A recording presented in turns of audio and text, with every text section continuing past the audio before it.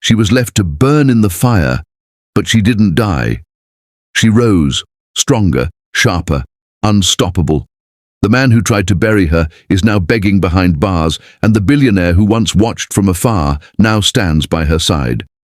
This isn't just revenge, it's a rebirth. Watch how a broken woman turns her pain into power and becomes the storm they never saw coming. Hey, my family, how are you doing today? I hope you're all doing amazing. So tell me, where are you listening to me from? Come on now, I've been asking this for so long, and honestly I'm a little disappointed because no one's replying. I just want to know where my voice reaches. Does it touch your heart or not? So please don't be shy, drop it in the comments and let me know. And if you haven't already, hit that subscribe button right now. All right, family, let's dive into the story. The night was supposed to be quiet.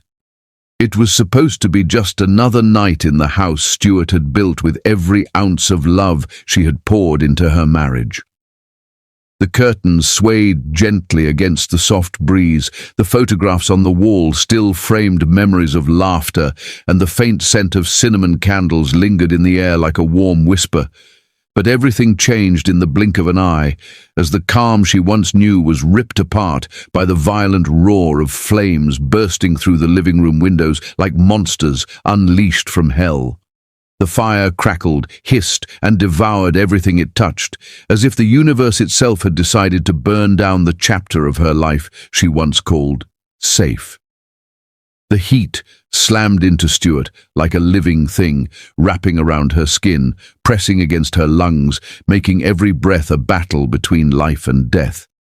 She staggered backward, her hands reaching for anything to ground her, but all she felt was the heat licking her wrists and the smoke thickening until it blurred the world into a choking darkness.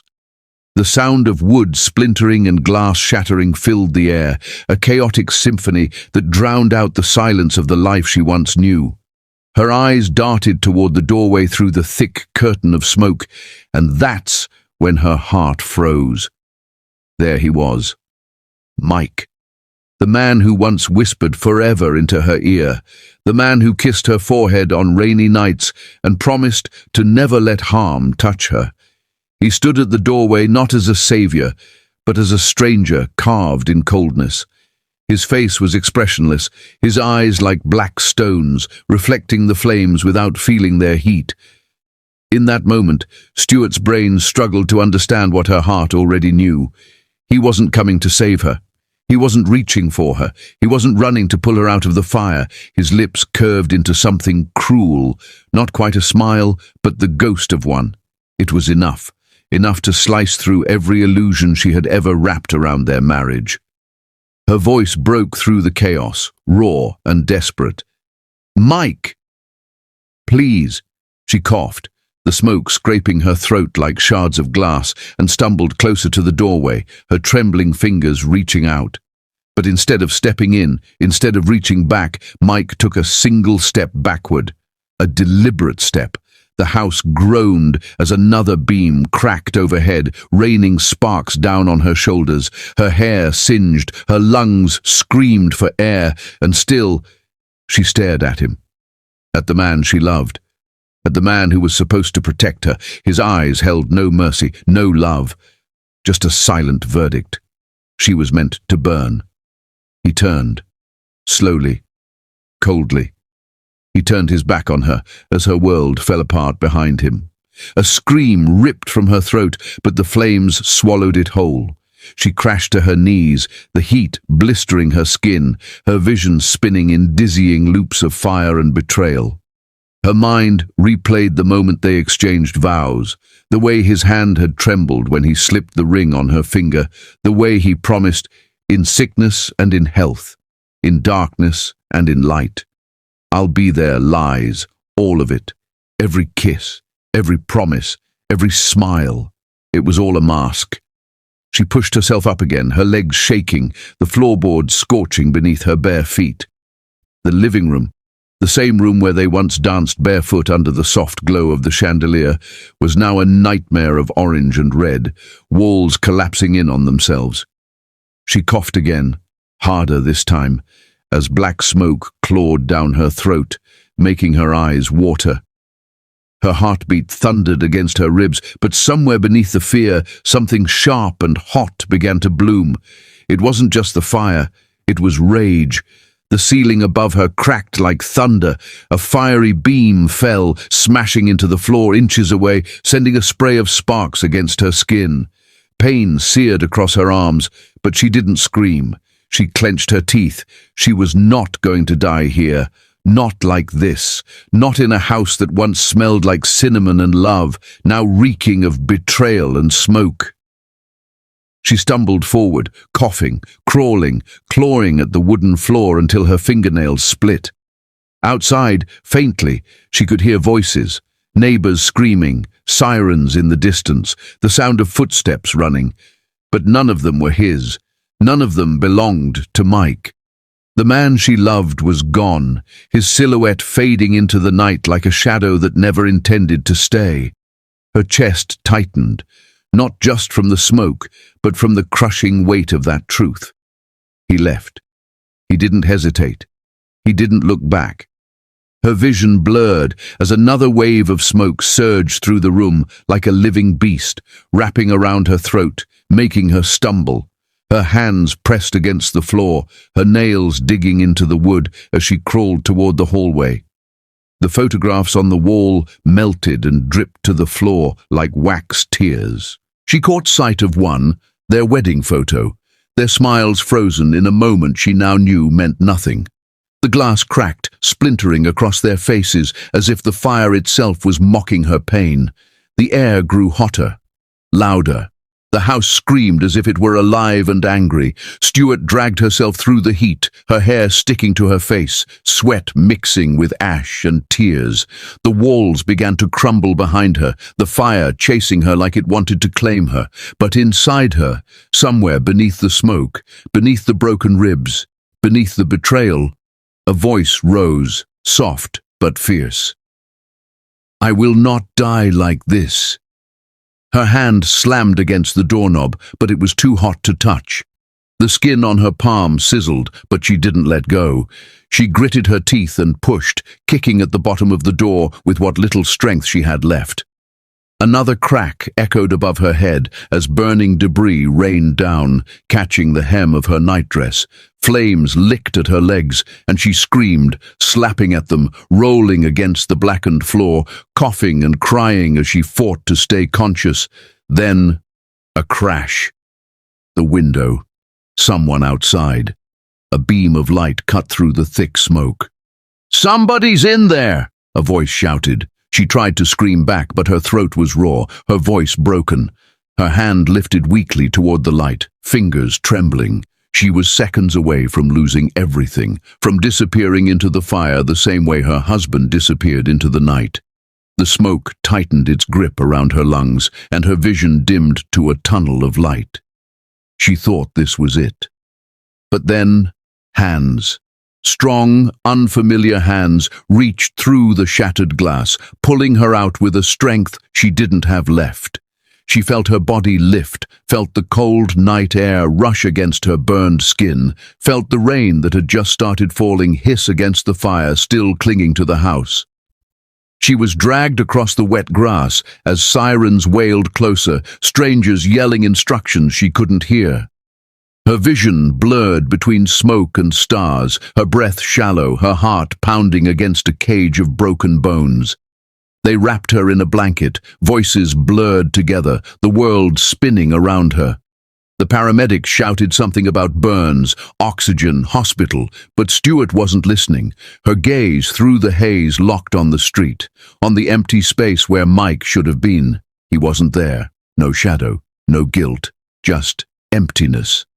Her lips trembled, not from the cold, but from the realization slicing through her chest like glass. He wanted her to die. Not an accident, not a mistake. He walked away. A spark of hatred lit deep inside her. Quiet, but fierce. As they loaded her into the ambulance, rain began to pour heavier, washing soot and blood from her face. She didn't feel the pain fully yet. Shock wrapped around her like a numb blanket. But she felt something shift inside her. Something crack. Something dangerous. The hospital ceiling blurred above her as nurses rushed around. Machines beeped, hands touched her face, wrapped her burns, injected morphine, whispered words she couldn't fully process. But even as her body gave in, her mind held onto a single image. Mike's face at the doorway, unmoving, uncaring. That image branded itself into her memory like the flames had branded her skin. Hours later, in the stillness of the hospital room, the storm outside softened. The world seemed too calm for the chaos raging inside her. Her hands were wrapped in white bandages, her breath steadied by oxygen, her skin aching with every beat of her heart. But beneath all that pain was something colder, sharper, a vow forming like steel. She turned her head slightly, staring out the hospital window at the rain streaking down the glass. Her reflection stared back at her. A woman scorched, broken, but alive. A woman who had been left to burn. A woman who refused to die. And in that silent, sterile room, she whispered to the darkness, to herself, to the night that tried to claim her, "I'll rise from these ashes."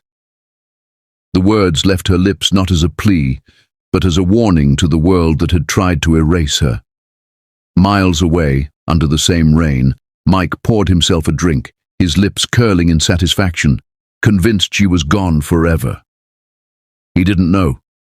He didn't see the fire still burning behind her eyes. Love died that night. But something far more powerful was born. And somewhere in the shadows, fate smiled. Because this wasn't the end of Stuart's story.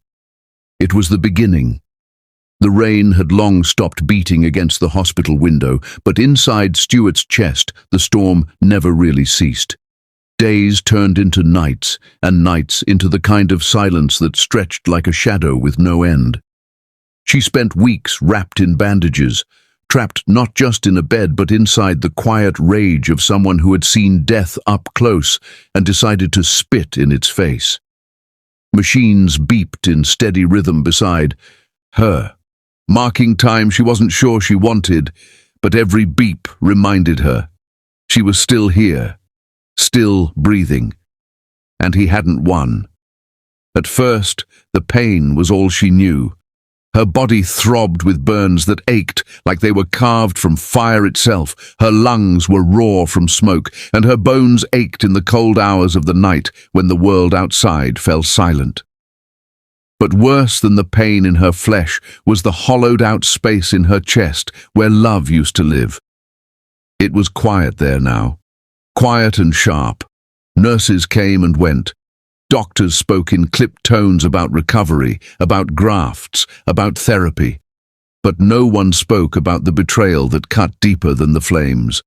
No one saw the image that still lived behind her eyelids, Mike's cold stare framed by fire. It replayed like a broken film reel every time she closed her eyes. She learned to sleep with the lights on because darkness carried his shadow. But every wound has a moment where it stops bleeding and starts hardening into something else. Stuart's reflection changed slowly. Bandages came off one layer at a time, revealing skin that would never look the same again. But what surprised her most wasn't the scars themselves. It was the woman looking back at her through them. Her eyes had sharpened, like steel forged in pain. The softness that once lived there was buried beneath layers of something new. Power. She began to move again, first with hesitation, then with defiance. Steps down the hospital corridor turned into longer walks outside. She breathed in the scent of rain after a storm, felt the cold sting of air against her healing skin, and realized for the first time that she didn't need Mike to survive. She never did. The fire took everything he built around her, but it couldn't take the fire that now lived within her. Weeks bled into months. She packed a single suitcase, left the city where every street whispered his name, and boarded a bus with no destination written in her heart except away. She watched the skyline disappear through the fogged glass, her reflection superimposed on the lights she once called home. There was no more home. There was just her, and the promise she whispered the night she almost died. "I'll rise from these ashes."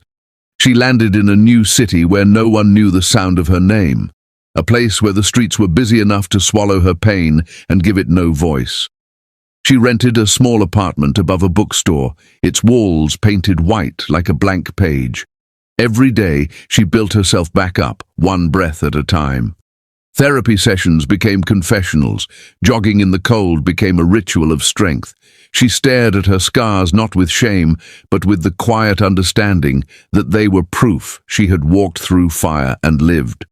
She cut her hair shorter, sharper, as if slicing off the last threads that still tied her to her past. She wore dark lipstick not to hide, but to declare. The woman who once whispered her pain now wore it like armor.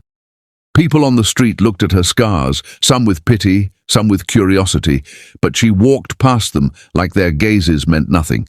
Because they didn't. What she didn't know was that strength has a way of catching the eye of those who see beyond the surface.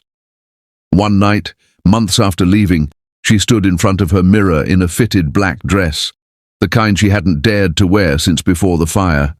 The fabric hugged her curves like a silent reminder. She was still here. Her fingers trembled slightly as she adjusted the neckline, but it wasn't fear anymore. It was power vibrating beneath her skin, waiting to be unleashed.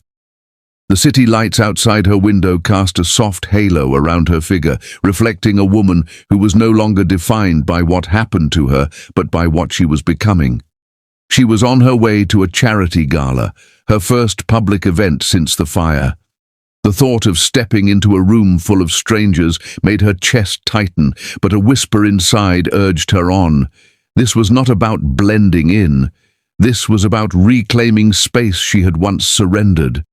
The ballroom was alive with glittering chandeliers and the hum of expensive laughter.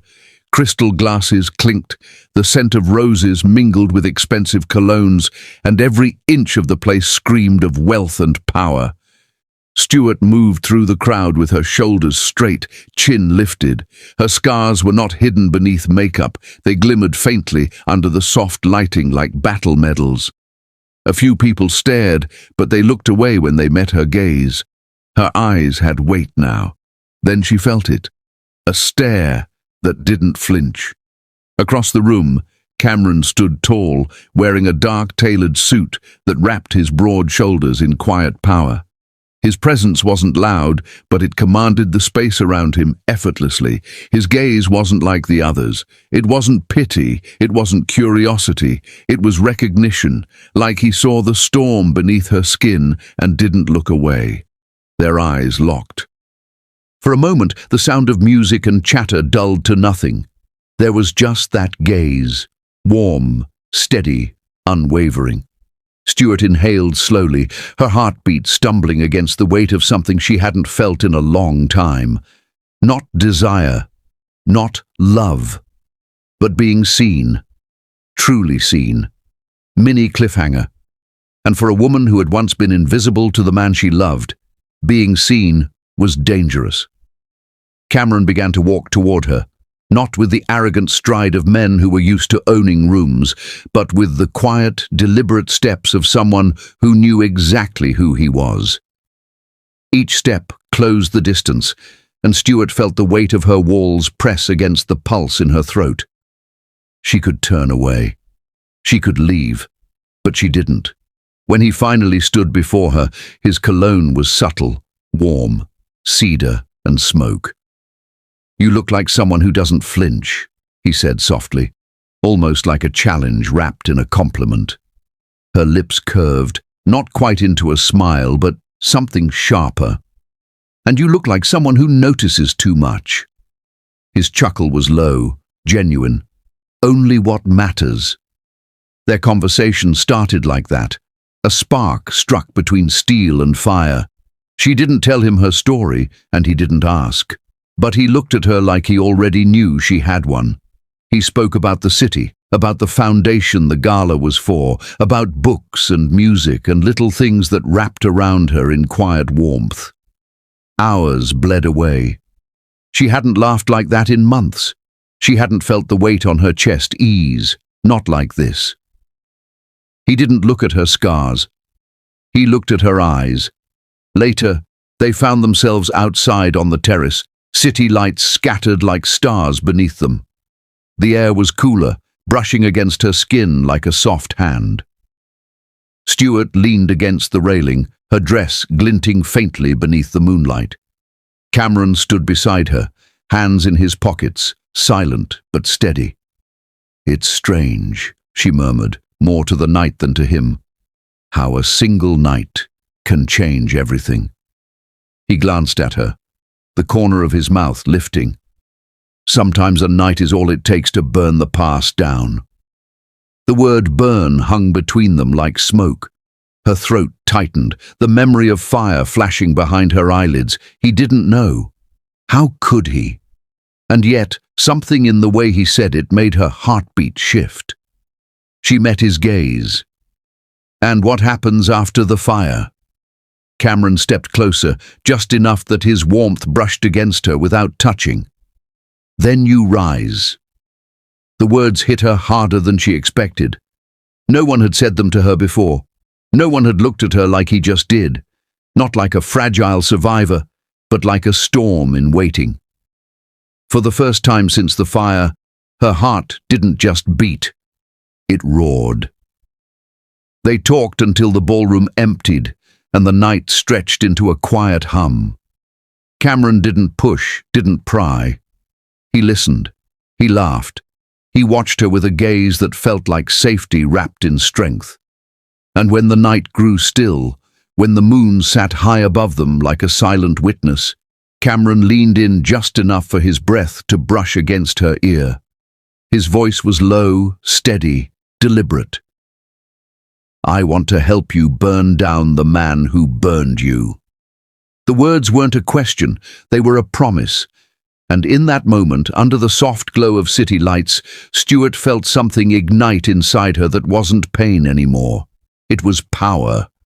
The sound of Cameron's low, steady breathing beside her felt like a new kind of heartbeat, steady and unshakable, and yet Stuart's mind was already moving through shadows. The night after he whispered his vow to stand by her, she stood in front of the tall glass windows of his penthouse, the city's skyline stretching beneath her like a glittering chessboard, every light a possible move, every shadow a reminder of what she'd survived. The world was vast, alive, waiting to be taken back piece by piece, and for the first time in months, she didn't feel like the broken woman who crawled through flames. She felt like the flame itself. Cameron moved behind her, silent but powerful, his presence filling the room in a way that didn't suffocate her. It fortified her. His hands didn't reach for her like she was fragile. They hovered like an ally respecting a warrior's space. "You don't have to face the past alone," he murmured, his voice deep, grounded, as if it carried the weight of storms. She didn't turn to him right away. Instead, she let her reflection stare back at her in the window, stronger now, sharper. "I'm not facing the past," she whispered slowly, tasting the words like fire. "I'm hunting it." The next morning, she walked through the gleaming marble halls of Cameron's world, the echo of her heels against the cold floor becoming a rhythm she hadn't heard in a long time. Power. His empire was different from Mike's world of false smiles and cheap charm. It pulsed with something real, something earned, something built from storms and steel. Cameron had carved his life out of nothing, and Stuart found herself learning to stand taller simply by walking beside him. Every employee in his building looked at her with quiet respect, sensing that she was not just another woman on his arm. She was a force in the making. But power always drags shadows behind it, and Stuart could feel the whispers of her past trailing her like smoke, curling under doors. That afternoon, Cameron's chief of security, a broad-shouldered man with ice in his eyes, handed her a thick black folder. "Everything you asked for," he said simply. Stuart didn't flinch as she opened it. Inside were photographs, bank transfers, property deeds, and headlines, pieces of Mike's new life. He hadn't vanished into nothing. He'd flourished, married again, bought mansions, thrown charity parties, wore tailored suits, and smiled like a man who'd never lit his wife's life on fire. The sight of his face didn't break her like it would have months ago. It sharpened something inside her chest into a blade. Her fingers tightened around the glossy photo of him laughing at some gala, his arm wrapped around a woman with diamond earrings and practiced innocence. That woman had no idea what kind of monster she was holding on to. She exhaled slowly, almost soundlessly, as if testing how rage now felt in her lungs. It no longer choked her. It fueled her. Cameron stepped closer, not asking if she was okay, because he already knew this wasn't a moment for softness. "Do you want me to destroy him?" he asked quietly, like someone offering a blade, not a hug. Stuart tilted her head, her eyes narrowing slightly as a cruel smile ghosted her lips. "No," she murmured, "I want to do it myself." Later that night, while the city thrummed below, Stuart sat in Cameron's study, an expansive room of leather and dark wood, alone with the folder spread across the desk like a battlefield map. Each line of ink was a path to his ruin. She traced the accounts first, following the blood trail of Mike's greed, offshore holdings, silent partnerships, fake charities. Her eyes caught on a wire transfer from the night of the fire. Her blood cooled. He had planned everything. It wasn't rage this time. It was precision, the kind a blade has when it slides between ribs. Her fingers pressed harder against the paper as memories tried to claw their way back, his cold stare at the burning doorway, the smoke clawing her throat, the betrayal deeper than the flames. But she didn't let the memory consume her. She pinned it down like prey. She found a familiar signature on one of those accounts. It wasn't just Mike. Someone else had helped him. Someone close. She leaned back in the chair, heart thudding in slow, dangerous beats, and whispered, "So it wasn't just you, Mike, was it?" The following morning, Cameron walked into the study to find her already awake, dressed in a fitted black outfit that hugged her like armor, her hair pulled back, eyes bright with something dark and beautiful. "You didn't sleep," he noted. She didn't deny it. "Who needs sleep when there are monsters to unmask?" she replied. He stepped closer, scanning the evidence she'd marked with red ink and sticky notes, and for the first time, Cameron saw not just a woman rebuilding, but a general leading a war. As she flipped one page, a blurry photograph of Mike and an unknown man exchanging a handshake made Cameron's jaw tighten. "Who's that?" he asked. Stuart's smile didn't reach her eyes. "Someone who's going to regret ever knowing him." Later that evening, they attended a charity gala together, one of the many glamorous events where Mike's name floated like perfume in the air. Stuart wore a black satin gown that dripped elegance and quiet fury. Every move she made commanded the room's attention. She could feel the weight of eyes on her, but none of them mattered except the ghosts she came to haunt. As champagne glasses clinked and laughter curled like smoke, she spotted a headline flashing across a TV screen at the bar. Mike's smiling face next to his new fiancée's, both glowing with staged perfection. Something inside her stilled. It didn't hurt. It calcified into strategy. Her hand trembled for just a breath, and Cameron's fingers found hers, not to save her but to anchor her. She didn't lean into him. She stood taller. The tremble became steel. The fear that used to live behind her ribs was gone, replaced by something far more dangerous, clarity. She whispered, almost to herself but loud enough for him to hear, "He thinks he won. He has no idea the storm he created." The night deepened. The gala lights softened, and she found herself standing on the balcony, looking down at the same city where she once begged for life. Now, the same city would witness his fall. "Are you ready for this?" Cameron asked from behind her. Stuart didn't look back. "I was ready the moment he walked away from me." She turned slowly, and in the soft golden light, her scars caught the glow, not as wounds, but as warnings. She picked up the newspaper that someone had left on a nearby table. Mike's smile stared up at her from the glossy front page, arrogant and oblivious. She traced a finger down his face, slowly, almost lovingly, until it reached his mouth. "You'll soon regret breathing," she whispered, a promise written in steel and smoke. Somewhere across the city, Mike laughed over a glass of expensive whiskey, unaware that the woman he thought was dead had just marked the beginning of his end. The night air was sharp, carrying the kind of cold that wakes up the soul, and Stuart stood at the edge of Cameron's balcony with the city spread beneath her like a glittering map of possibilities. Just hours ago, she'd stared at Mike's smile in a newspaper, tracing his face like a hunter memorizing prey. Now, she was standing above the world that had once buried her, and for the first time, she felt its heartbeat in her own pulse. Cameron stepped out onto the balcony behind her, the sound of his polished shoes quiet but deliberate. He didn't disturb the silence with shallow comfort. He simply stood near, letting the power of that shared quiet settle between them. In the reflection of the glass, she could see him watching her, not as someone broken, but as a woman building something terrifyingly beautiful. "Are you ready to step into the fire again?" Cameron's voice was low, steady, and threaded with something dangerous: admiration. Stuart tilted her chin slightly, her eyes fixed on the night. "No," she said softly.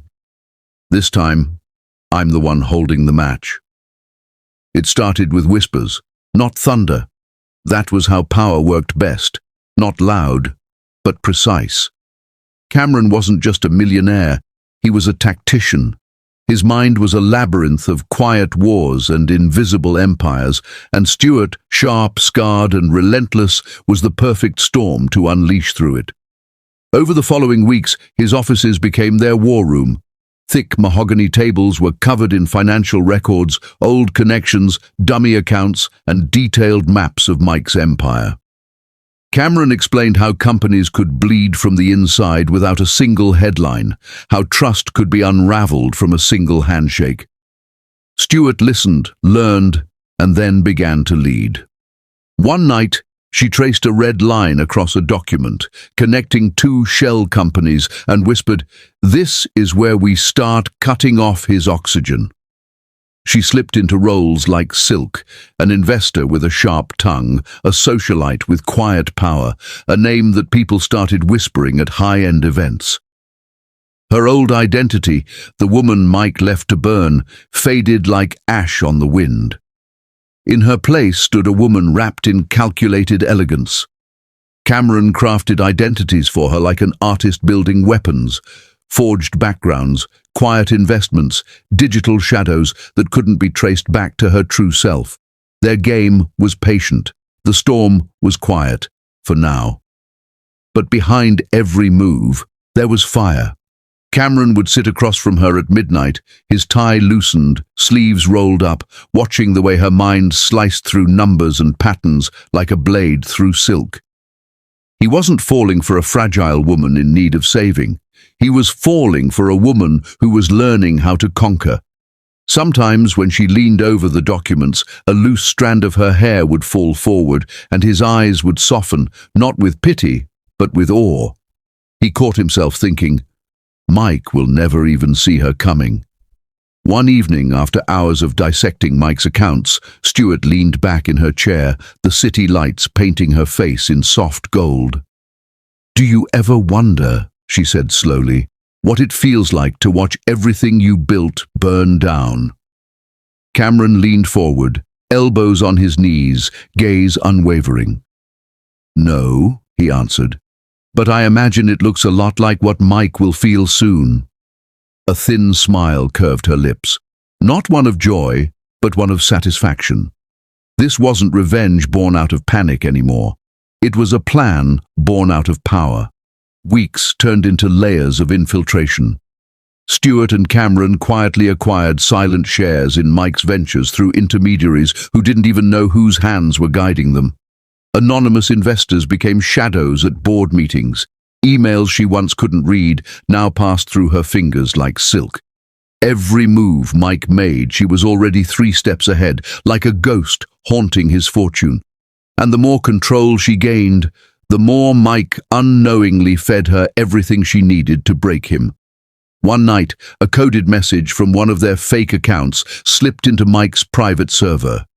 Stuart's fingers hovered above the keyboard, a wicked light dancing in her eyes. "Let's feed the monster his own poison," she whispered. But strategy wasn't the only thing growing between them. Late at night, when the world outside quieted and the only sounds were city winds brushing against glass, Stuart would find herself sitting on the balcony again. Cameron always joined her, sometimes in silence, sometimes with a glass of wine, always close enough for her to feel his warmth without needing to ask for it. That night was no different. The sky above was awash of stars, and the city below buzzed like an empire waiting to be conquered.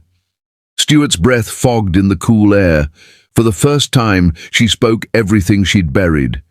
She told him about the night of the fire, how the flames licked her skin like betrayal given breath, how Mike's face burned deeper than any wound. She told him about the strangers who pulled her out when the man she loved turned his back, about the months in the hospital where silence was louder than pain, about the moment she swore she would never beg again. Her voice didn't break, it sharpened as she spoke, each word a brick in the fortress she'd built around her heart. Cameron didn't interrupt, but when she paused, his hand slid over hers, firm, grounding like a man placing a promise without needing to speak it. "I don't need saving," she whispered. "I just need someone who won't flinch when the fire comes back." He squeezed her hand lightly. "Then I'll stand in the fire with you." It wasn't a declaration of love. It was something far heavier. It was trust, a rare, dangerous thing. For the first time in a long time, Stuart's walls didn't feel like cages. They felt like foundations. She wasn't walking into this war alone. Cameron was not a savior. He was a weapon sharpened beside her. Their alliance began to shift the tides quietly. Rumors started circulating in Mike's social circles, new investors with deep pockets, mysterious faces at high-end events, whispers of power-changing hands. He toasted glasses at galas, smiled for cameras, kissed the air around people who had no idea the ground beneath him was slowly crumbling. Cameron leaned over a folder one night, tapping a document with his finger. "This one move," he said, voice a low hum, "and we'll take the floor out from under him."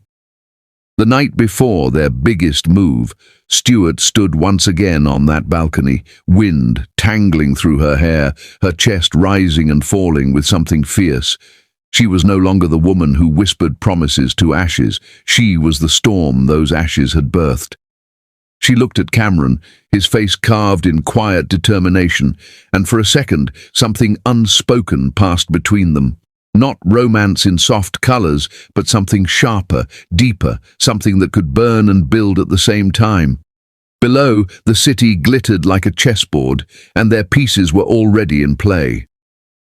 Far across town, at a grand gala bathed in gold and laughter, Mike raised a glass, his smile smooth and easy, his arm draped around the woman who thought she'd found her prince. He had no idea that the woman he once left to die was already walking through the same doors, wrapped in elegance, holding a storm behind her calm eyes.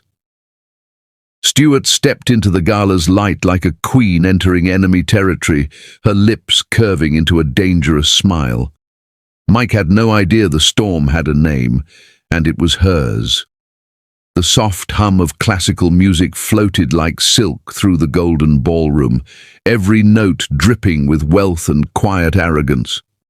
Stuart stood at the edge of the grand staircase, the crystal chandelier above casting shards of light across her sleek black dress, making the fabric shimmer like midnight fire. The room was full of polished laughter and champagne, unaware that a storm was walking among them. Her heels pressed against the marble with deliberate grace, each step echoing in her own chest like the beat of a war drum. She wasn't here to blend in.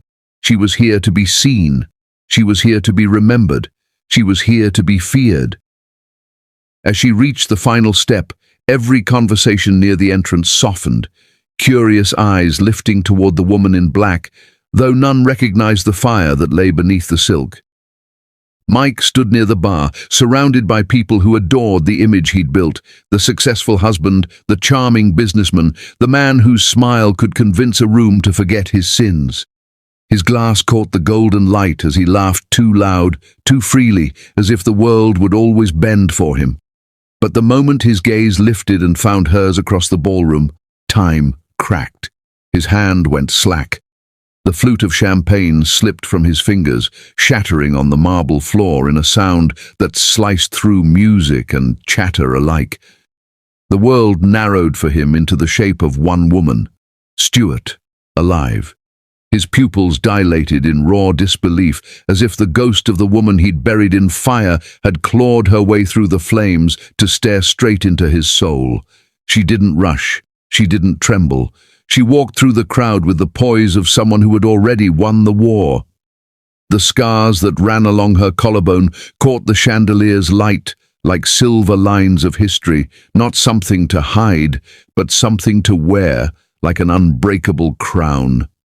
People turned their heads, whispering at her beauty, at her power. But none of them knew the weight of the ashes that had forged her. Her eyes never left Mike. Step by step, she closed the distance. He couldn't breathe. The night of the fire crashed into his mind with brutal force, the heat on his back as he walked away, the sound of her voice calling his name, the creak of the collapsing beams. He'd told himself she was gone. He'd convinced himself the fire had done what he couldn't face. But here she was, breathing, glowing, unstoppable. Mike's hand twitched at his side as if trying to grasp the past, but there was nothing left to hold. When Stuart finally reached him, the room seemed to bend around them. The chatter dimmed, not because they knew the truth, but because power like hers demanded silence. She tilted her head just slightly, her lips curving in a calm, dangerous smile that didn't need sharpness to cut. She leaned just close enough for only him to hear. "Miss me?" Her voice slid through him like a blade wrapped in silk, soft, deadly, unforgettable. He flinched. Before he could answer, Cameron appeared at her side, tall and composed, the weight of old money and new power written in every tailored line of his suit. His hand rested at the small of Stuart's back, subtle but absolute, a message even a fool like Mike couldn't miss. She was not alone. She was not someone to hurt anymore. She was protected, powerful, and untouchable.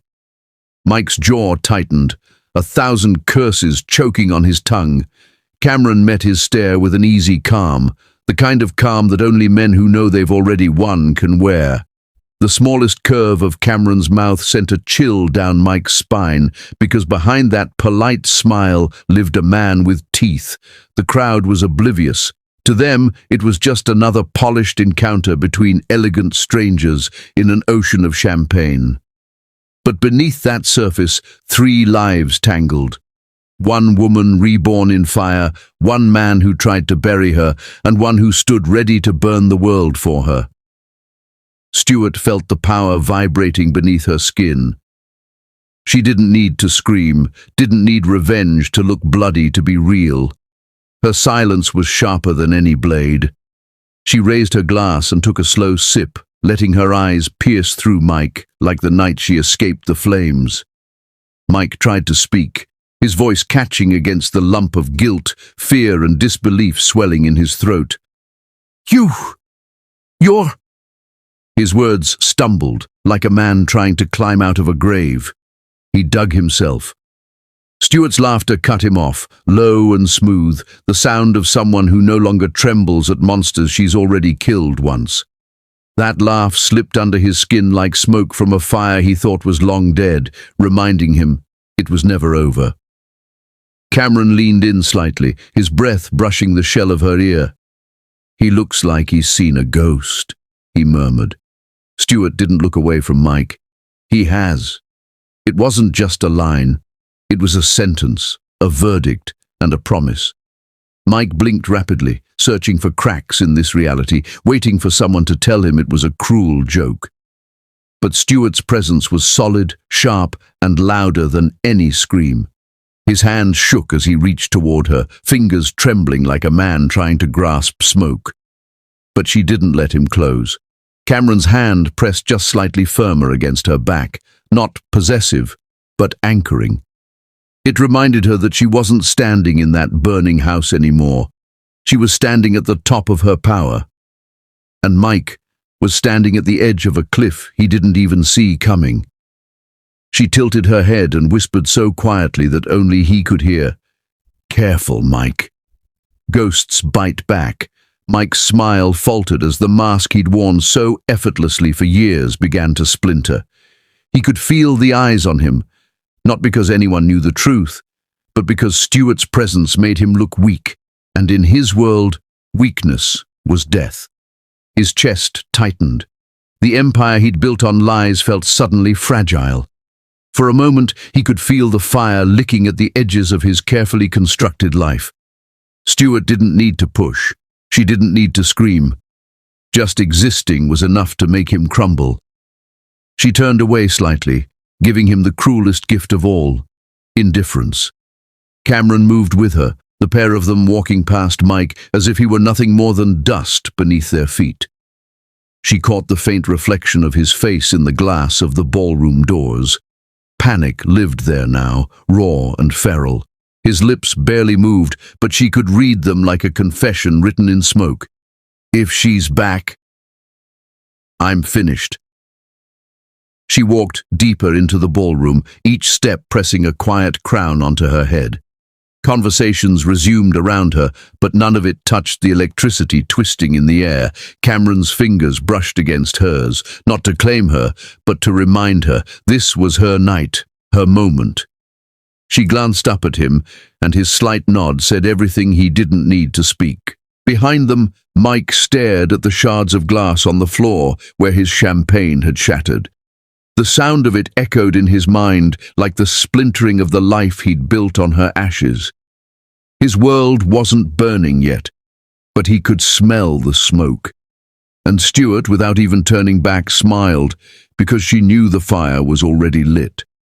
The music swelled again, chandeliers glittering as if nothing had shifted in the room. But something had.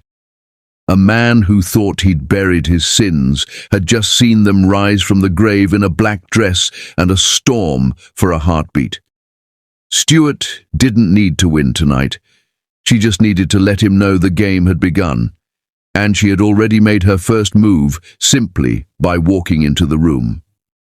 Mike's whisper bled into the night air, his knuckles white around an empty glass. "If she's back, I'm finished." The night after the gala wrapped the city in velvet darkness. The echoes of Mike's shocked face still clung to Stuart's mind like a faint whisper she couldn't completely silence. She stood by the tall glass windows of Cameron's penthouse, the skyline stretching like a sea of molten stars beneath them, and for the first time since she returned from the ashes of her old life, she allowed herself to breathe without pretending to be untouchable. The world outside moved with indifferent grace, but inside, beneath the golden hush of dim lights, her pulse trembled with emotions she could no longer bury behind perfectly arched brows and razor-sharp confidence. Cameron watched her from the shadows of the living room, his white shirt unbuttoned, just enough to reveal the rise and fall of a chest that had long since learned to carry other people's wars. He didn't speak at first. He knew silence could sometimes hold a person more tenderly than any words. But the way his eyes roamed over her, steady, protective, quietly undone by her strength, made something inside Stuart's chest ache with a warmth she didn't want to name yet. She traced a fingertip against the glass, fog blooming beneath her touch. Her reflection fractured between who she was and who she was becoming, and behind that fractured glass, Cameron's reflection stepped closer, a living shadow merging with hers until it felt like the universe itself had narrowed down to the space between their breaths. She whispered almost to herself, "He saw me tonight." Her voice was raw, stripped of the armor she wore like a second skin. Cameron stepped behind her, close enough that his breath warmed the back of her neck, but not close enough to make her feel trapped. He understood boundaries not because someone had taught him, but because he felt her heartbeat, even when she didn't speak. "And?" he murmured, his tone low, steady, unshaken by Mike's ghost. "Did you see the way he trembled?" A sharp, breathless laugh escaped her, the kind that came not from amusement, but from the delicious, dangerous satisfaction of watching a man who thought he'd buried her face, the living proof of his failure. "Yes," she said softly, "but it doesn't erase what he did to me." Her hand trembled slightly, and Cameron caught it gently, lacing their fingers together as though anchoring a storm to something unbreakable. The night air felt charged, electric, shimmering around them like invisible sparks, caught in the pull of something they couldn't name, but both felt burning through their veins. Stuart's heart pounded against her ribs, a rhythm that had once belonged to fear, but now pulsed with something stronger. When Cameron pulled her gently back against his chest, she didn't resist. His warmth seeped through her silk dress like sunlight bleeding through winter glass, soft and patient. For a woman who had clawed her way through betrayal, through flames that weren't just fire but heartbreak, to stand here and let herself lean against someone was more terrifying than confronting Mike himself. But Cameron wasn't Mike. Cameron never asked her to be small to make him feel big. He stood beside her like a fortress, not a cage. In that quiet, a single tear slid down her cheek, shocking even her. Cameron's hand moved up slowly, cupping her jaw, turning her face toward him as though he was handling something fragile but powerful. "You're not what he did to you," he said, the words rolling against the air like a vow carved from granite. Stuart's breath caught. No one had ever said it that way, not as pity, not as some hollow reassurance, but as truth. Her defenses cracked, not with a loud shatter, but a quiet fracture that felt both terrifying and freeing. She tried to hold it in, the memories of flames licking at walls, the echo of Mike's laughter, the scent of betrayal heavy as smoke. But it came in waves she couldn't contain. Her shoulders trembled once, then again, until the dam she'd built over years collapsed into quiet sobs against Cameron's chest. He didn't flinch. He didn't say she was strong or that she shouldn't cry. He just wrapped his arms around her, held her like she was something sacred, something no fire could destroy. The city lights outside blurred as tears clung to her lashes, her breathing uneven against the steady rise and fall of his chest. His heartbeat was steady, the kind of rhythm you could build a life around. She tilted her head up slightly, their foreheads brushing, and the world fell silent. No revenge, no schemes, just the fragile, dangerous pulse of something too real to ignore. "Why are you here?" she whispered. "Because I choose to be," he answered, and the simplicity of it tore through her carefully constructed armor like sunlight through storm clouds. The tension between them pulsed like a live wire, drawing them closer. His thumb brushed against her cheekbone, wiping away the remnants of war disguised as tears. Slowly, as if neither wanted to break whatever fragile magic held them suspended in this moment, his lips found hers. It wasn't rushed. It wasn't claiming. It was slow, deep, grounding. A kiss that whispered, "You are safe," even as the world burned outside. Stuart's hands, once clenched in defense, slid up the front of his shirt, feeling the heat of his skin beneath the thin fabric. Her body molded against his like it had always been meant to fit there, in the space between fire and salvation. For the first time, intimacy didn't feel like a battlefield. It felt like coming home to a place she didn't believe existed anymore. Their breaths tangled, heavier, slower, each kiss a soft rebellion against every bruise the past had left behind. The night thickened around them, wrapping them in velvet shadows, and quiet confessions whispered between parted lips. Cameron's fingers traced the line of her spine with reverence, as if memorizing the strength carved into her every scar.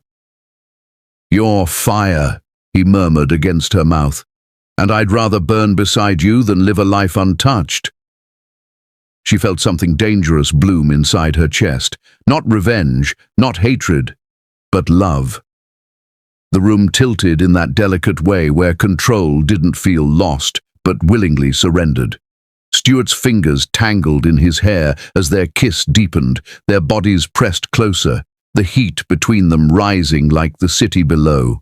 For years, pain had been the only language she spoke at night, but now her body was learning a new one written in sighs, in the curve of his hands against her skin, in the sound of her own heartbeat whispering, "You're alive." The penthouse disappeared, the ghosts disappeared. All that remained was Cameron's warmth and the soft sound of her name falling from his lips like a promise. Hours passed like seconds, every touch leaving behind something indelible. And when they finally lay tangled beneath the glow of a city that didn't sleep, Stuart stared at the ceiling, her chest rising and falling with something new, something terrifyingly beautiful. Peace. Cameron's arm rested beneath her head, his fingers absently tracing patterns on her shoulder, the silence between them not empty, but full, like the quiet before dawn. Mini cliffhanger. Her phone buzzed against the nightstand. The sound sliced through the softness like a blade. Stuart froze, the warmth of their moment clashing with the chill of reality creeping back in. Cameron noticed the way her body tensed immediately, his thumb stilling against her skin. "What is it?" he asked softly, not pushing, just steady. She reached for the phone slowly, her heart already knowing that anything arriving at this hour could never mean something good. The screen lit up, and the name that once owned her nightmares glared back at her. Mike. Her breath caught. One message, 6 words. "I know your secret, Stuart." The warmth between them shattered into ice. The room suddenly felt too quiet, the city outside too far away. Cameron propped himself up on one elbow, reading the flicker of dread in her eyes before she could even speak. "What did he say?" he asked, his tone shifting, still calm, but edged with steel now, protective in a way that sent a tremor through her. Stuart swallowed hard, the phone trembling in her hand, the words burning into her like the fire she thought she had already walked through. She looked at Cameron, the man who just wrapped her in something soft and rare, and felt the cold fingers of the past reaching for her again. But this time, she wasn't the same woman who'd once cried alone in the dark. She straightened her shoulders, even beneath the warmth of the sheets, and whispered, "It's starting." Cameron's eyes darkened, not with fear, but with the calm, dangerous resolve of a man who'd burned down the world before letting it touch the woman he loved. He took the phone from her gently, his thumb brushing hers, as if reminding her that she wasn't alone anymore. Outside, the wind howled faintly against the glass, a storm gathering far away. Inside, a different kind of storm began to rise, one made of love, rage, and the sharp promise of war. And as Cameron pulled her back against his chest, his lips brushing her temple in silent reassurance, Stuart stared at the message one last time, her heartbeat steadying, a spark of cold fire lighting behind her eyes. She was done hiding. Her lips curved into a dangerous smile as she whispered into the dark, "Then let the game begin." The night after Mike's message, the city seemed to hum with a strange electricity, a quiet before the storm that only the hunted could sense. Stuart sat at the edge of Cameron's bed, the soft glow of the bedside lamp casting a halo of gold around her. But her face wasn't the face of a woman afraid anymore. It was the face of a woman ready to burn the world down if it meant never being caged again. Cameron leaned against the doorway, shirt sleeves rolled up, his jaw set in quiet determination, his eyes fixed on her not with pity, but with the unwavering certainty of someone who would fight beside her until the very last breath. Outside, thunder rolled faintly over the horizon, a perfect echo of the war about to be unleashed. She didn't speak right away. She let the silence stretch, wrapping around them like silk and steel all at once.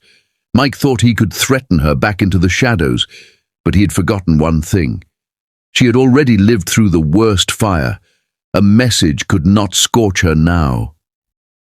Slowly, Stuart stood, her movements smooth, almost regal, her black silk robe falling softly around her like a queen preparing for war.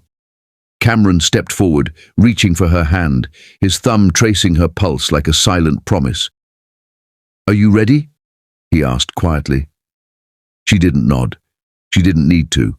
The look in her eyes, sharp, glinting with something dangerous, was answer enough. The trap had already been set long before Mike ever pressed send. Their plan wasn't born overnight.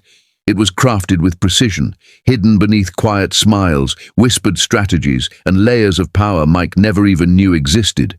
Cameron had opened doors she didn't even know were there, offshore accounts, silent partnerships, buried weaknesses in Mike's empire that he thought were untraceable.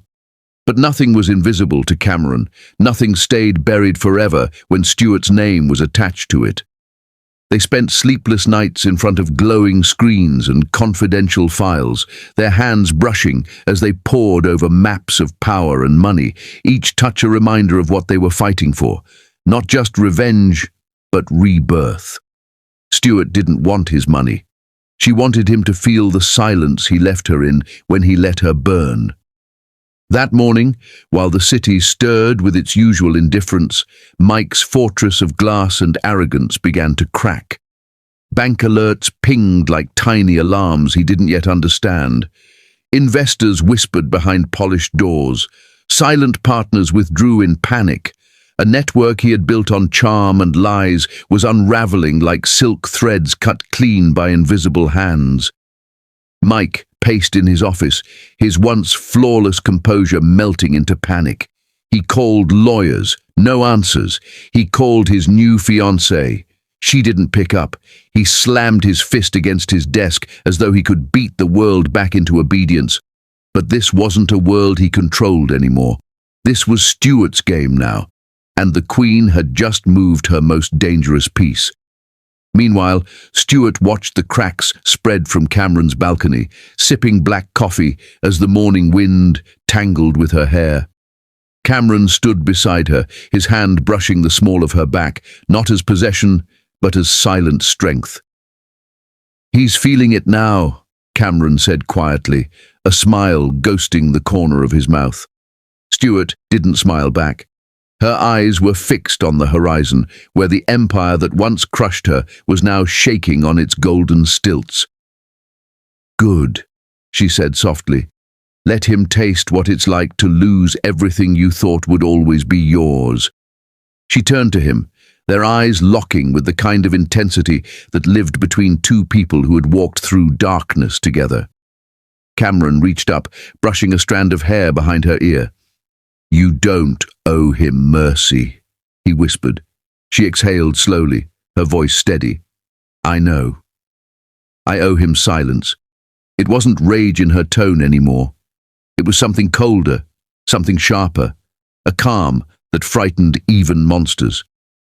She picked up her phone, her next move ready. By noon, Mike was cornered. His office, once buzzing with the sound of people bowing to his power, felt empty. His assistant avoided his eyes. Investors hung up on him. His phone wouldn't stop ringing, but none of the calls were salvation. He finally received an invitation he didn't expect, a meeting request with Stuart. She didn't need to threaten him with words. The simple weight of her name in that email made his chest tighten with something he didn't want to name: fear. When Stuart walked into his office, the temperature in the room shifted. She wore black, not the color of mourning, but of command. Her hair framed her face like a crown, and the sound of her heels against the marble floor echoed like a countdown. Mike's breath hitched. For a split second, the ghost of the woman he left in the fire flickered in his mind. But what stood before him wasn't a ghost. It was the fire itself.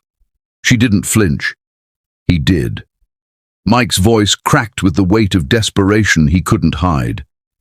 How are you alive?" he asked, his words almost stumbling over themselves. She tilted her head slightly, the corner of her mouth curving in something that wasn't quite a smile, more like a blade wrapped in silk. "You really thought you killed me with your silence," she murmured. "That was your mistake, Mike. You taught me how to burn." He moved closer, reaching out, but she stepped back, letting the distance become a wall he couldn't climb anymore. "You don't know what you're doing," he hissed, his voice shaking as his power slipped through his fingers. Stuart's eyes hardened like steel. "Oh, I do. You're watching it happen." For the first time he realized he was the one trapped. Mike tried everything, threats, pleas, bargains that once worked like magic. He whispered promises wrapped in panic, hoping some piece of the woman he betrayed still lived behind those sharp eyes. But Stuart didn't soften. She didn't scream either. She simply walked around his office like it already belonged to her, fingers brushing against the polished desk he once leaned on while signing her death warrant.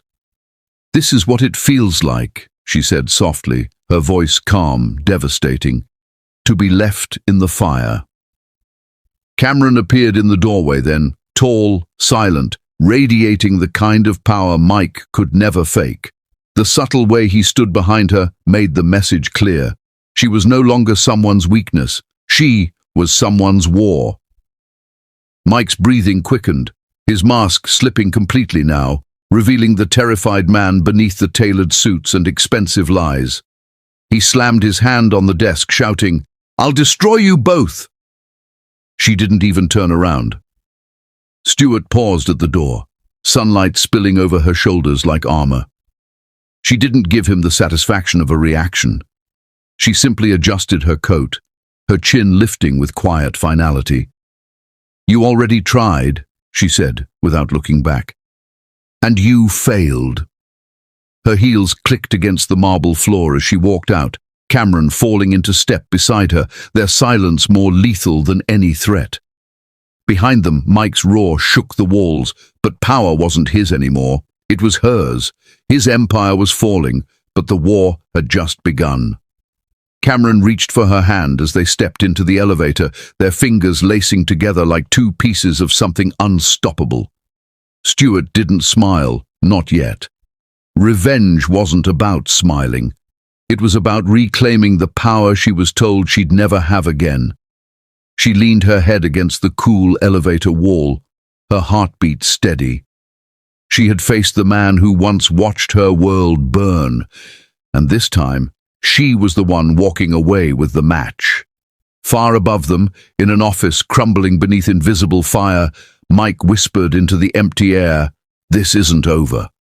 And down below, Stuart opened her eyes slowly, her voice a low murmur that cut through the silence like a blade.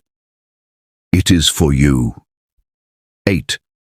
The elevator doors closed with a low, heavy sound that seemed to seal more than just a floor between them and Mike. It sealed an era. Stuart leaned against the cool steel panel, feeling the pulse beneath her skin thrum like distant thunder. Cameron stood beside her, his tall frame a silent fortress, his hand still holding hers tightly, grounding her in the present while ghosts clawed at the edges of her memory. The fluorescent lights above painted their reflections on the mirrored walls, and for the first time she barely recognized the woman looking back at her. This wasn't the woman who had begged for mercy beneath the fire. This was the woman who had walked through it and built a kingdom out of the ashes. When the elevator slid open into the crisp night, the city stretched before them like an endless canvas of light and ambition. Cameron's car waited at the curb, sleek and black, the engine purring low like a beast ready to obey. Stuart slid into the passenger seat, but her mind was far from the present. Behind her eyelids, she still saw Mike's face. The terror, the cracks in his mask, the way his voice cracked when he realized she was the storm he had created.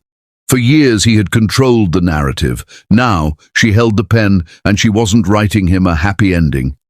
Somewhere in the city, his empire was already starting to burn. The days that followed were not chaotic. They were surgical. Cameron's lawyers moved like shadows through boardrooms, freezing accounts, unearthing hidden contracts, exposing the rot beneath Mike's polished exterior.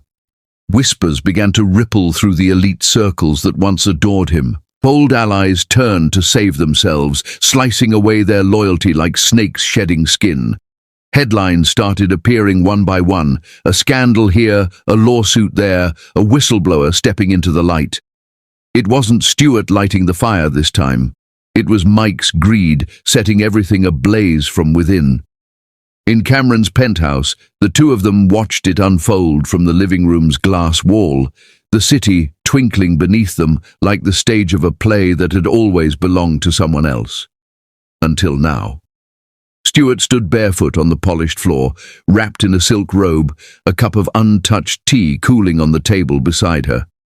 The television displayed breaking news. Business mogul, Mike under investigation, board members withdraw support.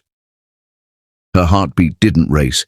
It didn't flutter with revenge. It was steady, calm, because the fire was no longer hers to fight. It was his. Every brick of his empire was turning into ash without her even lifting a hand. Cameron walked up behind her, his chest brushing against her back as his arms slid around her waist. He didn't say anything at first. He didn't have to. His presence alone was enough to remind her that she wasn't standing in this moment as a broken woman seeking justice. She was standing here as a woman who had already claimed it. "You did it," he murmured against her hair. Stuart exhaled softly, her eyes fixed on the news ticker at the bottom of the screen. "No," she whispered back. "He did it to himself." Their fingers intertwined, and for a moment, the world outside disappeared. The lawsuits, the media frenzy, the vultures circling around Mike's falling throne. All that remained was the steady rhythm of their breathing and the quiet weight of a victory she had never imagined feeling this way. It wasn't loud. It wasn't wild.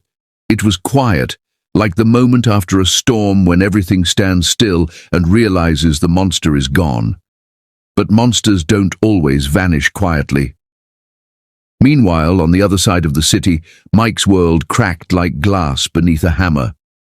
His so-called allies turned their backs one by one, their carefully rehearsed smiles gone. Lawyers who once begged to be in his shadow were now slipping away through side doors. His accounts froze, assets locked, reputation shredded in front of flashing cameras. For years, he had fed the machine of greed, and now it was devouring him whole. Reporters camped outside his glass tower, microphones ready like vultures waiting to pick at a carcass. Security guards who once jumped at his command avoided his gaze. His fiancée, the woman he paraded as proof of his success, vanished without a word. His voice echoed through empty halls, shouting orders no one followed anymore. Somewhere deep inside, panic clawed at his chest, because for the first time, he understood what it meant to be powerless. He whispered her name like a curse. Stuart. Back at the penthouse, Cameron handed Stuart a glass of water and gently tilted her chin toward him. His eyes weren't filled with triumph. They were filled with something softer. Admiration, pride, love, woven through unspoken understanding. "You didn't just survive," he said slowly, deliberately, as if every word carried weight. "You conquered." She let the words settle between them like the glow of a dying fire. Soft, warm, final. It wasn't revenge that made her stronger. It was the journey that carried her here. She walked to the mirror, the same one she had stood before months ago, back when the reflection was a stranger. This time, the woman looking back had fire in her veins and power in her stance. The scars on her skin no longer looked like reminders of pain. They looked like maps of survival, each line a path she walked through hell to return. Stuart lifted her chin slightly, a soft, proud smile playing at the corner of her lips. She wasn't just alive, she was reborn, but fate wasn't finished with its final strike. The night the police came for Mike, the air was heavy, charged with something thick and electric. Stuart and Cameron stood side by side, watching the live news feed as flashing red and blue lights lit up the screen. Mike stumbled out of his building, his once immaculate suit crumpled, his hair disheveled, his arrogance gone. He shouted at the officers, at the cameras, at the world, but no one was listening anymore. The king had fallen, and no one bows to a king in chains. Stuart's fingers curled around Cameron's hand as the officers pulled Mike's wrists behind his back, cold steel closing with a click that echoed like poetry. Her breath hitched, not out of fear, not even out of triumph, but because this moment was real. She had imagined it 1,000 times in the darkness of her hospital room. Now it wasn't a fantasy, it was happening in full color. And then his eyes found hers through the camera. The cameraman panned across the street, and for a single second, Mike stared into the lens like he could burn through it. The anchor said his name. The crowd murmured. But all Stuart saw was the raw, feral hatred in his eyes. He screamed her name across the chaos, spit flying, voice cracking with the venom of a man who had finally met the edge of the fire he once controlled. "You'll never be free of me," he roared, his voice breaking against the wall of sirens and flashing lights. The sound cut through the room, but Stuart didn't flinch. Cameron tightened his grip on her hand, and she drew in a slow, steady breath. Her heart didn't race. It beat like a war drum, steady and calm because she finally understood something he never would. She didn't need his permission to be free. She had already taken it. The monster was caged, but echoes of him still lingered in the smoke. The screen faded to black as the police van doors slammed shut behind him. The city moved on like it always does. And in the quiet after the storm, Stuart stood taller than she ever had. No tears, no shaking, just strength. She turned toward Cameron, and his hand slid around her waist, pulling her close. His forehead touched hers softly, not like someone claiming victory, but like someone honoring survival. Stuart whispered into the quiet night, "I am free."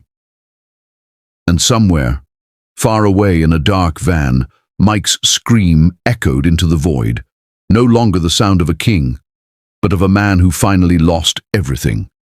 The night wrapped itself around the city like a velvet cloak, stars hanging like witnesses to the quiet storm that had already passed.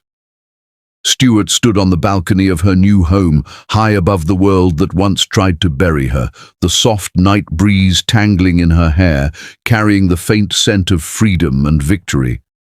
The city beneath her feet sparkled, not as something she once feared, but as a kingdom she had conquered piece by piece, breath by breath, pain by pain. Every light in the skyline reminded her of a night she thought she wouldn't survive, every distant car horn a memory of the woman who once begged to be seen, to be loved, to be saved. That woman was gone. This one, the one standing barefoot on marble, shoulders squared, eyes fierce, had been forged in fire. Behind her, the gentle sound of footsteps echoed, familiar, steady, grounding. Cameron stepped out, dressed in black, his presence wrapping around her like warmth in the middle of winter. His hands slipped around her waist, fingers tracing the shape of the woman he had fallen in love with. Not out of pity, not out of need to protect, but because her strength drew him like gravity itself. She leaned back against him, her heartbeat steady, no longer trembling at the thought of the man who once left her to die. Mike's face flickered in her memory like a dying flame.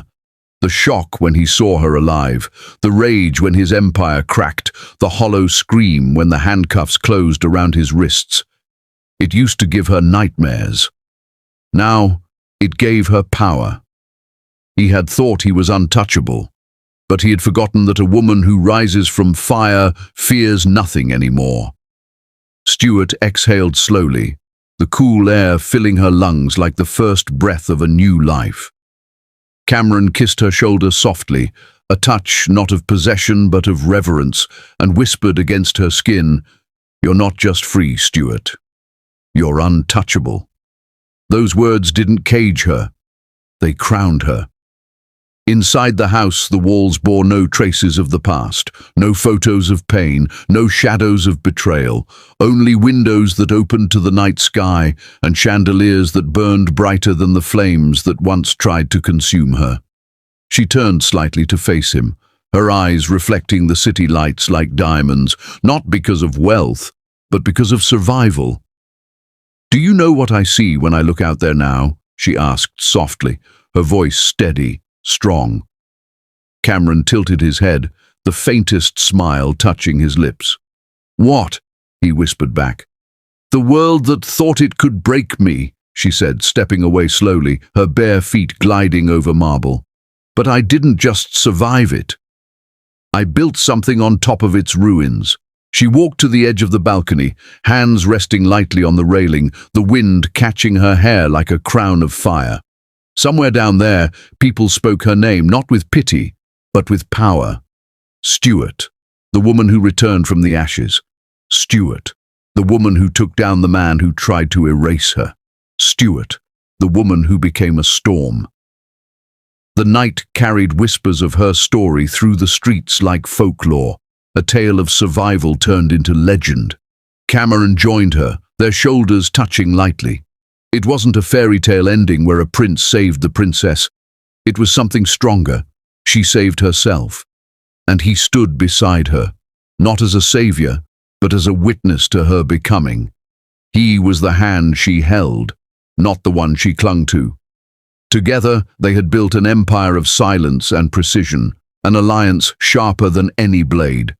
His wealth opened doors, but her fire burned through walls. His power gave her space, but her strength lit the path. Far away, Mike sat behind cold bars, his screams echoing against concrete, fading like the sound of a man who had lost everything.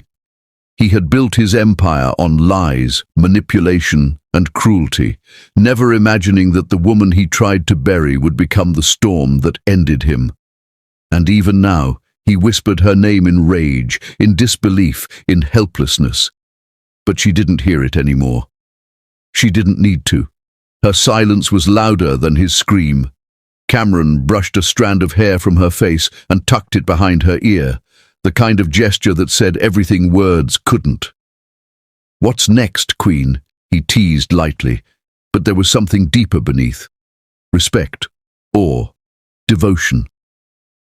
She turned to him, her eyes softening, a small, real smile touching her lips. "Whatever I want," she answered. The world no longer dictated her fate. She did.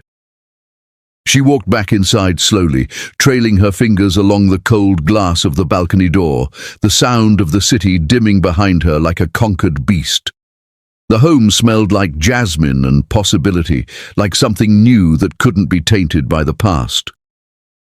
In the living room, her name was etched on a sleek black plaque on the wall. Not as a reminder of pain, but as a declaration of power. Stuart. No last name, no attachment to the man who tried to erase her. Just her, a woman reborn. As Cameron followed her in, she turned suddenly, catching him by surprise. Her hand cupped his jaw gently, pulling him closer. Her kiss wasn't desperate or broken like it once might have been. It was steady, claiming, powerful.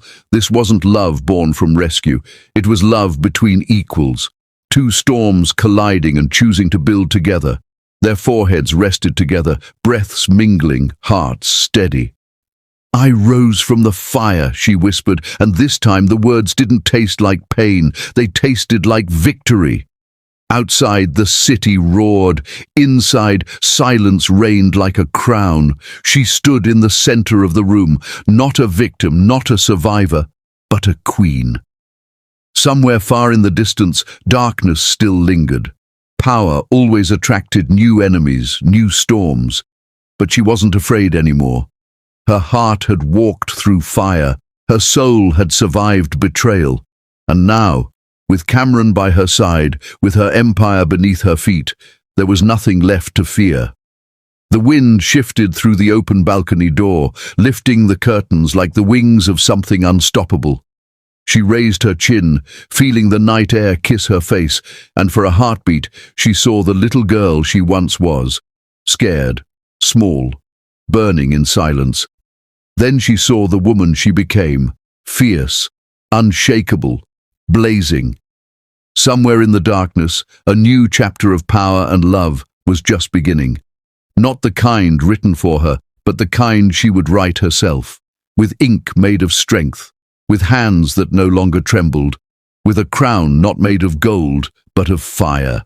And that's how a woman who was left to burn rose like a queen and turned her pain into power.